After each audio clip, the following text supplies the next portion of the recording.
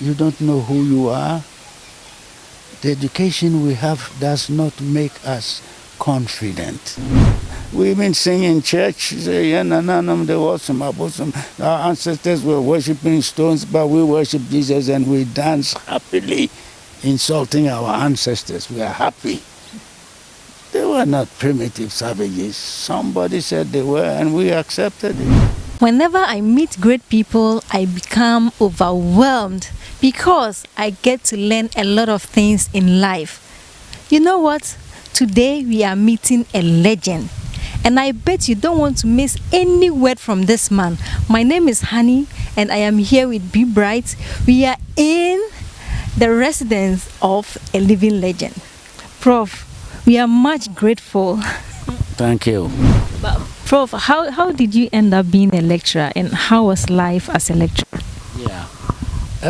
You know, I have always been interested in African culture.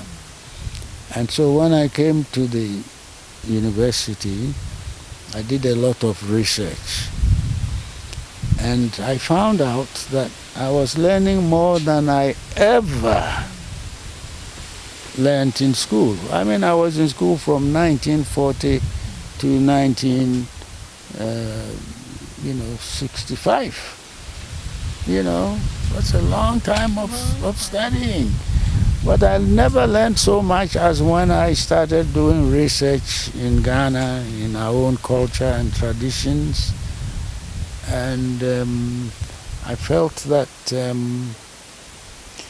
it is our traditions that will make us who we are. In other words, our traditions must shape us, must enable us to understand ourselves. Okay, I felt that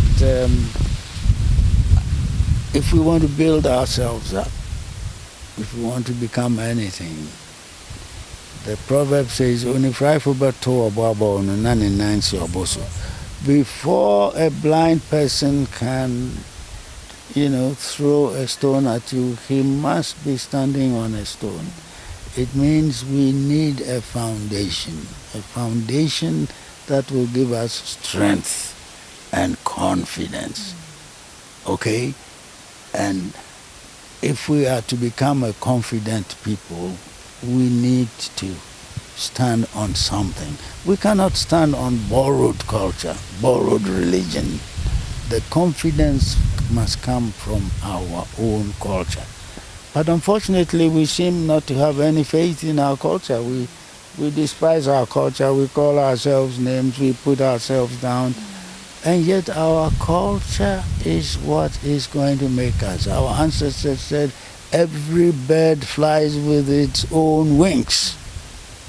There can people say, Anomana Wadin Wanen Tabamu. It is our culture. But that's the last place we want to look. You see, our ancestors said, borrowed water never quenches thirst. You see, so our confidence will come from our culture. That is where our foundation lies. And if we ignore that, we will be hanging. And we have been hanging for 64 years. We will not admit it, but the evidence is all over. It is people who lack confidence, who will live like the way we do, who will leave things in such a mess around us. If we had confidence in ourselves, we wouldn't tolerate what we see around us. We would create an environment that suits us, an environment that reflects us.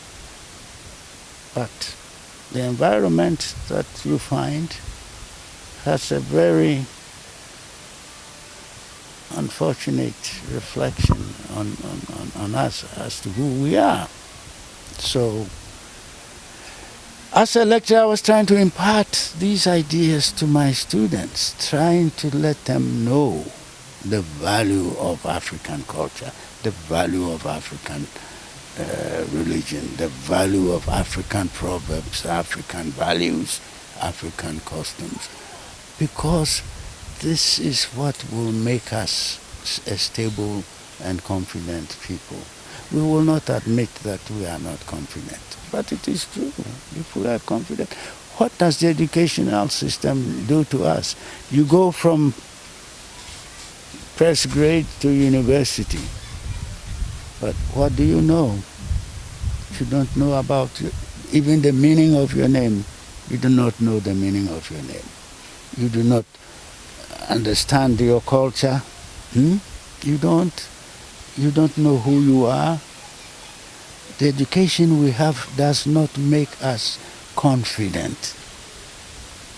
If it did, we wouldn't be facing such challenges that seem to overwhelm us. So self-knowledge, I believe, is the basis of all knowledge. It's the basis of confidence. And without confidence, we can't do anything. Where is the confidence going to come from? It's not going to come from a borrowed culture. It has to come from us, from inside, from our culture. Okay? And in all my teaching experiences, I have found that the confidence I have that enables me to teach, to go to America.